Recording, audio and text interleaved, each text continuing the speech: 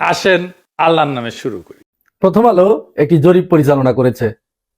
তাদের সেই জরিপে 65% মানুষের ভোট পেয়ে বিএনপি এগিয়ে আছে এবং তারাই সরকার গঠন করতে যাচ্ছে। অপরদিকে 25% মানুষ জামাতে ইসলামীকে ভোট দেবার চিন্তা ভাবনা করেছে। আর আওয়ামী লীগকে তারা এখানে এনেছে। আওয়ামী লীগের ভোট পাওয়ার সম্ভাবনা 7%, প্রায় 8%। কথা সেটা না, আওয়ামী লীগের পার্সেন্টেজ কম দেখানো হয়েছে, এইটা বড় ফ্যাক্টর না। ফ্যাক্টর হচ্ছে প্রথম আলো এই জরিপের মাধ্যমে আওয়ামী লীগকে বাংলাদেশের রাজনীতিতে প্রাসঙ্গিক করে তোলার হীন চক্রান্ত করে যাচ্ছে। বারবার বলেছি, বিভিন্ন জায়গা থেকে ব্যাপারে দাবি উত্থাপিত হয়েছে। প্রথম আলো এবং ডেইলি স্টার তারা বাংলাদেশের কেউ না, এরা বাংলাদেশের শত্রু, গণশত্রু। এরা যেখানে বাংলাদেশ পন্থী আছে সেখানেই ভারত যাতে খুশি হয় এরকম একটা কিছু লাগানো সেখানে। এই ব্যাপারে কেউ কোনো প্রতিবাদ করছে না, শুধু শরীফ ওসমান হাদি প্রতিবাদ করেছে। প্রথম আলো আওয়ামী লীগকে বাংলাদেশের রাজনীতিতে আবার প্রাসঙ্গিক করে তোলার যে হীন চক্রান্ত শুরু করেছে, এর বিরুদ্ধে আপনাদের প্রত্যেকের সরব হওয়া দরকার, আওয়াজ তোলা দরকার। যাই হোক, এবার আসল কথায় ফিরে যাই। তো এই যে এখানে 65% ভোট বিএনপি পেয়ে সরকার গঠন করবে এইরকম জরিপে দেখানো হয়েছে।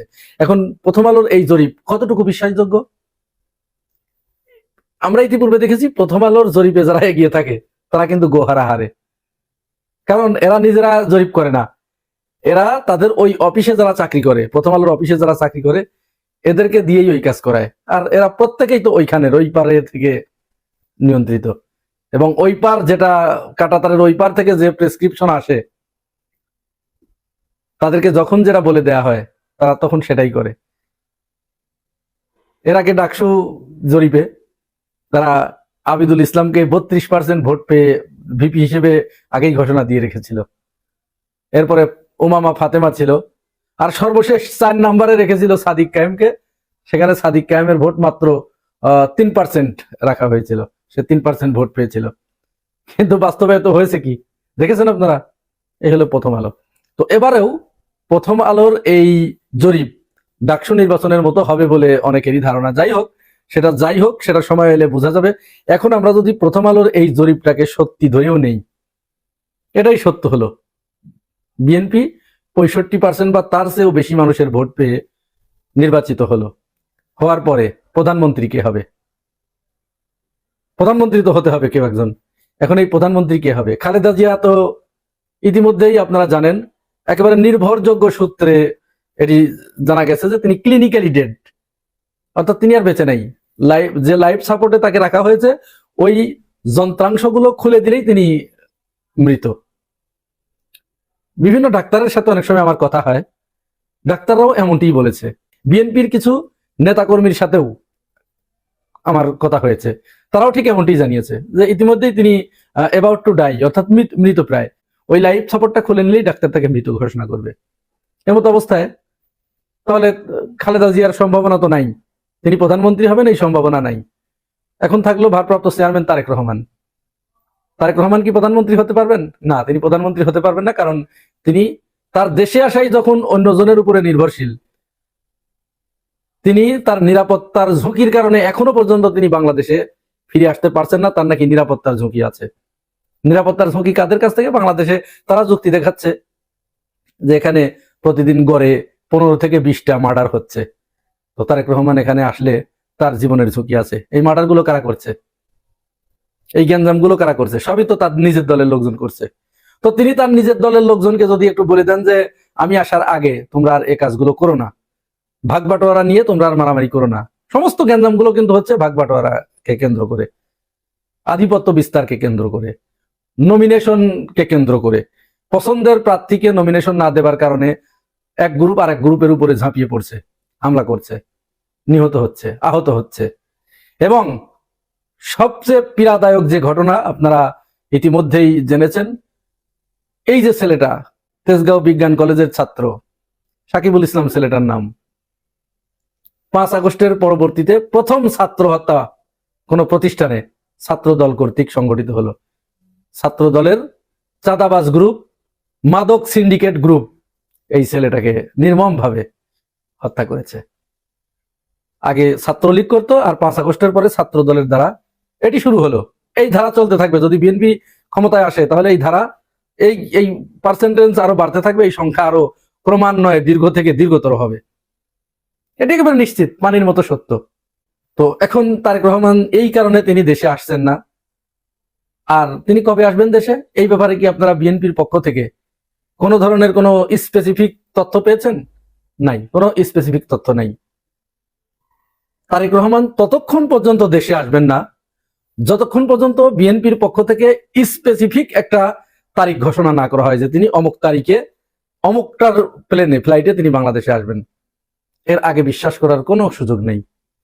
তারা স্ট্যান্ডিং কমিটির বৈঠকে নতুন একটি শব্দ আবিষ্কার করেছে, সেটি হচ্ছে শীঘ্রই।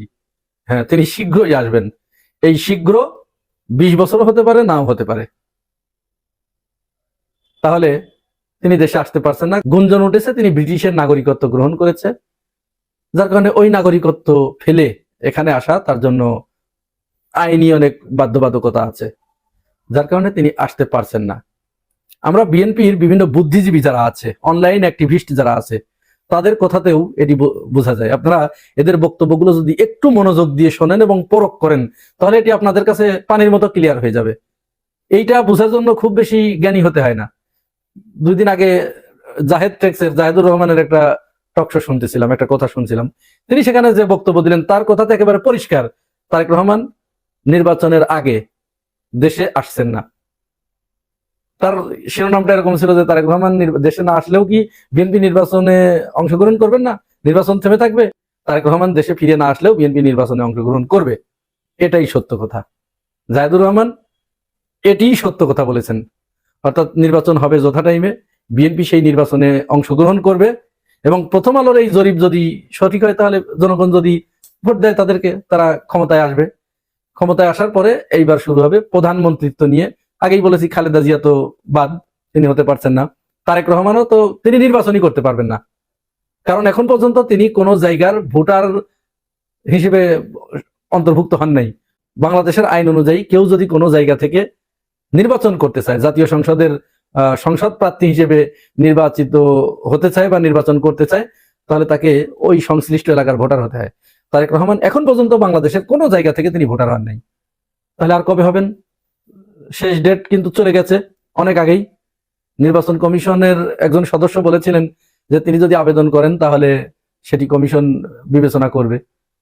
তো তফসিল যদি ঘোষণা হয়ে যায়, এই আজ রাত্রে হলো না, কালকের ভিতরেই হয়তো তফসিল ঘোষণা হয়ে যাবে, তাহলে তিনি কবে আসবেন? তার মানে আসছেন না, তিনি দেশে আসছেন না। বিএনপির পক্ষ থেকে এমত অবস্থায় 2 জন ব্যক্তি আছেন, একজন মির্জা ফখরুল ইসলাম আলমগীর আর একজন সালাউদ্দিন আহমেদ। মির্জা ফখরুল ইসলাম আলমগীর তিনি পদাধিকার বলে, যেহেতু তিনি দলের মহাসচিব, তিনি প্রধানমন্ত্রী হবার পদাধিকার বলে এগিয়ে আছেন। কিন্তু প্রভাব যদি বিবেচনা করা যায়, দলের ভিতরে কার প্রভাব কতটুকু, এক্ষেত্রে সালাউদ্দিন আহমেদ এগিয়ে। আর সালাউদ্দিন আহমেদের সাথে টক্কর দিয়ে মির্জা ফখরুল ইসলাম আলমগীর তিনি পেরে উঠবেন এমনটি ভাবার কোনো সুযোগ নেই। সুতরাং এই 2 জনের ভিতরে আপাতত চিন্তা করতে হবে যে ফখরুল নাকি সালাউদ্দিন। তবে আমরা এটা ধরে নিতে পারি যে সালাউদ্দিন আহমেদই প্রধানমন্ত্রী হচ্ছেন যদি বিএনপি নির্বাচনে জেতে। এখন একজন প্রধানমন্ত্রী হয়ে তারপরে ওই সংসদ ডেকে সংসদে তারেক রহমানের দেশে ফিরে আসার সমস্ত বন্দোবস্ত করার পরে লাইন ক্লিয়ার হলে তখন তারেক রহমান দেশে ফিরবেন, তার আগে নয়। এটি আপনারা লিখে রাখতে পারেন, তার আগে তারেক রহমান ফিরবেন। অর্থাৎ নির্বাচনে জিতে তারেক রহমানের জন্য সমস্ত পথ, নিরাপত্তা ব্যবস্থা, সমস্ত ভয় শঙ্কা যেখানে যতটুকু আছে সমস্ত পথ যখন বন্ধ করে দেবে, এই সিগন্যাল পেলে তখন তারেক রহমান দেশে ফিরবেন। যদি ওই যিনি প্রধানমন্ত্রী হচ্ছেন তিনি যদি সবুজ সংকেত দেন বা প্রধানমন্ত্রীর পদ যদি তিনি ছেড়ে দিতে রাজি থাকেন, তাহলেই কিন্তু তিনি আসবে।